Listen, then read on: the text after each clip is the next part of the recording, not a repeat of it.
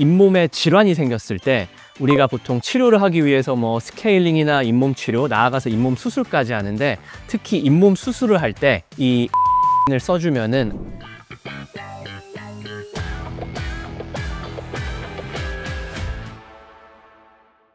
안녕하세요. 소중한 32개의 치아를 100세까지 100세 치아 지킴이 이창민입니다. 안 그래도 저도 유튜브를 보니까 많이 나오더라고요. 그러니까 당연히 이게 목적, 그러니까 우리가 잘 써야 되고 올바르게 써야 되지만 어쨌든 기본적으로 어느 정도까지 효과가 있다라고 보시면 되고요. 크게 4가지가 있어요. 엠도게인, 잼21, BMP, 그리고 PDRN, 이렇게 크게 4종류가 있다고 보시면 될 것 같아요. 첫 번째로 이제 엠도게인. 사실 엠도게인은 상품명이긴 한데요. 에나멜 매트릭스 프로테인, 쉽게 말하면은 돼지의 치아에서 단백질을 추출한 거거든요. 기본적으로 치아 주위 조직, 즉 치주 조직을 재생하는 데 많이 쓰여요. 즉 잇몸에 질환이 생겼을 때 우리가 보통 치료를 하기 위해서 스케일링이나 잇몸 치료, 나아가서 잇몸 수술까지 하는데, 특히 잇몸 수술을 할 때 이 엠도게인을 써주면은 아까 제가 말씀드렸던 치아 주위 조직, 치아를 잡아주는 치조골이라든가 치아와 치조골을 연결해주는 치주인대 또는 염증 조직들을 없애주고 재생시켜주는데 탁월한 효과가 있다고 보시면 될 것 같아요.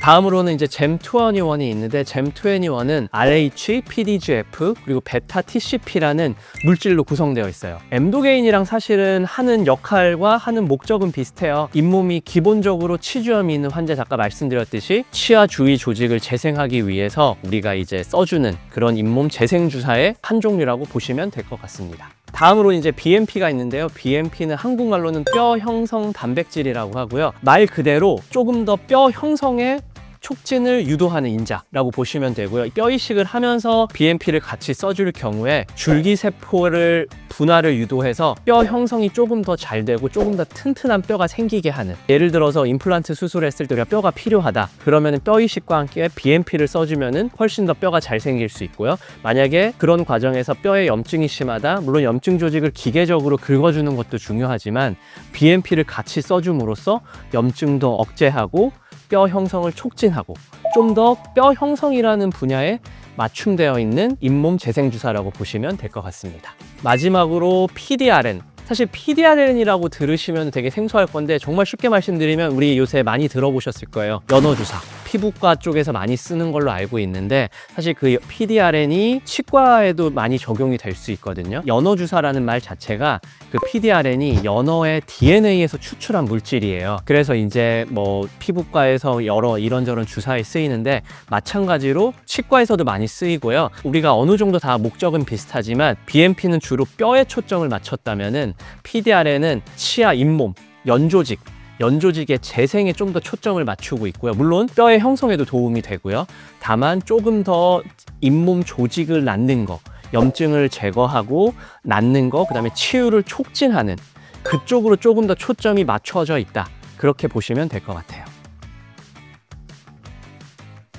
사실 저는 아까 제가 말씀드렸던 잼21이라는 거에 조금 더 익숙했었어요. 선호도가 다른 이유는 제가 이제 레지던트를 할 때 저희 병원에서는 주로 그 재료를 많이 썼고 그 재료에 대한 연구를 많이 했기 때문에 조금 더 편했던 건데, 사실은 제가 레지던트를 마치고 나와서 일을 하면서는 이런저런 다양한 물질을 조금 더 접해볼 수 있는 기회가 생긴 거고, 그러면서 다양한 물질을 쓰게 됐고 조금 더 특화된, 저 같은 경우는 예를 들어서 우리가 치주 조직, 치은염이나 치주염이 있을 때 치주 조직을 재생을 하겠다 하면은 아까 말씀드린 엠도게인, 잼21을 주로 쓰고, 그다음에 임플란트 수술에서 뼈를 좀 더 만드는 거에 포커스를 두겠다 하면은 BMP를 많이 쓰고, 근데 요즘은 사실 PDRN을 또 많이 쓰기도 해요. 이유는 제가 이따가 말씀드릴 거고, 기본적으로는 그 목적에 조금 더 맞춤되어 있는 잇몸 재생 주사를 쓰는 게 좋지만, 어떤 경우에는 저처럼 내가 맨 처음에 어떤 거를 썼느냐, 어떤 거를 조금 더 많이 공부했느냐, 그거에 따라서 선호도가 좀 나뉘기도 하는 것 같아요. 크게는 3가지 정도 이유가 있는 것 같아요. 첫 번째는 가격, 그러니까 단가라고 하죠. 의료계, 그러니까 피부과 쪽에서도 많이 쓰기 때문에 사실 요새는 PDRN의 종류도 되게 다양하고 보편적으로 많이 사용이 되다 보니까 저희 병원에서도 이제 재료를 구할 때 단가가 어느 정도는 좀 더 메리트가 있고, 그다음에 환자분들이 치료비를 내실 때 측면에서도 조금 더 장점이 있는 것 같고요. 그리고 두 번째는 저희가 설명드리기도 조금 더 편한 것 같아요. 예전에 제가 아까 말씀드린 다른 재료들을 설명할 때는 이렇게 뭔가 의학적으로 이러한 기능이 좋고 이렇게 하셔야 되고 이걸 쓰면 이게 좋습니다라고 설명을 좀 장황하게 해야 되는 반면에, 요새는 제가 진료실에서 환자분들께 연어주사 아시죠? 그런 좋은 재생주사를 잇몸에 적용하는 거예요 라고 말씀을 드리면 환자분들도 훨씬 더 이해를 조금 더 쉽게 하시고 조금 더 쉽게 받아들이시는 것 같아요. 마지막으로 세 번째는, 저희가 시술을 할 때도 저희만의 이제 방법을 하지만, 제가 시술을 할 때 잇몸이든 치조골이든 여러 분야에 적용을 할 때 제가 사실은 쓰기 쉬운 측면도 조금 있고, 이렇게 세 가지 이유에서 PDRN을 선호함과 동시에 여전히 결과가 되게 만족스럽기 때문에 그런 측면에서 PDRN을 요새는 많이 설명을 드리고 많이 쓰고 있습니다.